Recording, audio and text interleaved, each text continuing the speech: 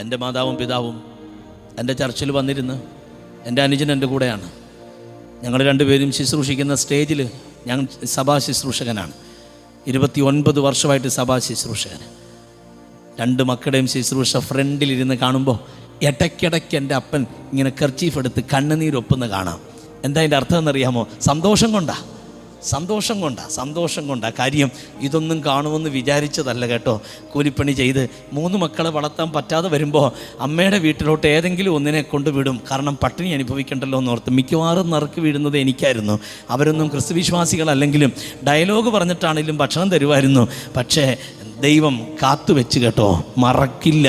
കാലം സാക്ഷിയാ, യേശു ആർക്കും കടക്കാരനല്ല.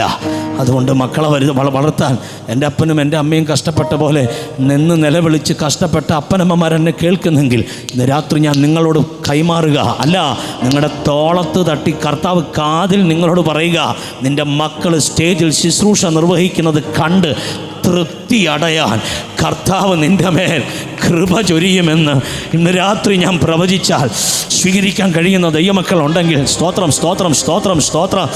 ഇന്ന് രാത്രി സ്വീകരിച്ചോ. നിൻ്റെ കുഞ്ഞുങ്ങളുടെ മിനിസ്ട്രി നീ കാണാൻ പോകുകയാ.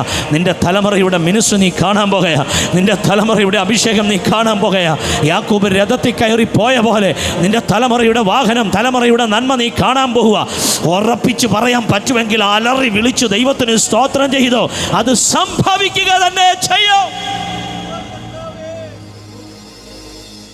2015 ഞാൻ അമേരിക്കയിലെ മലയാളി കോൺഫറൻസിന്, പെന്തക്കോസ്റ്റ് മലയാളി കോൺഫറൻസിന് പ്രീച്ച് ചെയ്യാൻ പോകുമ്പോൾ ഒരു ദൈവദാസൻ US തന്നെ വിളിച്ചിട്ട് പറഞ്ഞു, പാസ്റ്റർ സാം, നിങ്ങൾ ഈ രാജ്യത്ത് വരുമ്പോൾ ഈ രാജ്യത്തിലെ മുഴുവൻ മീറ്റിങ്ങും കോർഡിനേറ്റ് ചെയ്യുന്നത് ഞാനായിരിക്കും.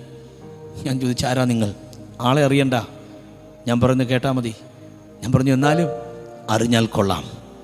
പറഞ്ഞു, എൻ്റെ പേര് ബെന്നിന്ന, എൻ്റെ സ്വദേശം പത്തനാപുരമാണ്.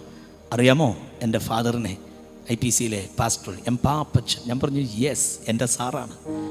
പറഞ്ഞു, പാസ്റ്റർ, നിങ്ങളുടെ നാട്ടിൽ സുവിശേഷ വേലയ്ക്ക് എൻ്റെ അപ്പൻ വന്നപ്പോൾ 40 വർഷങ്ങൾക്ക് മുമ്പ് ഒറ്റ വീടും തുറക്കാതിരുന്നപ്പോൾ നിങ്ങളുടെ ഓലപ്പര എൻ്റെ അപ്പന് തുറന്നിരുന്നു. കൂലിപ്പണി ചെയ്ത് കൊണ്ടുവരുന്ന പൈസയുടെ ദശാംശം കൊടുത്തു വിടും. മക്കൾക്കാണ്, ഞങ്ങൾക്കാ. പണിയില്ലാതിരിക്കുമ്പോൾ വീട്ടിൽ വളർത്തുന്ന കോഴിയുടെ മുട്ട പൊതിഞ്ഞു കൊടുത്തിട്ട് പറയും, ദശാംശമായിട്ട് ഇതേ ഉള്ളെന്ന്. സാം, ആ മുട്ട കഴിച്ചത് ഞങ്ങളുടെ ശരീരത്തിലുണ്ട്. 40 വർഷങ്ങൾക്ക് മുമ്പ് എൻ്റെ അപ്പന് കൊടുത്ത മുട്ടയ്ക്ക് എനിക്ക് നിങ്ങൾക്ക് തിരിച്ചു തരണം. യേശു ആർക്കും കടക്കാരനല്ല. നിൻ്റെ രണ്ടാമത്തെ 40 ദൈവം നിന്നെ ഓർക്കാൻ പോകുകയാ.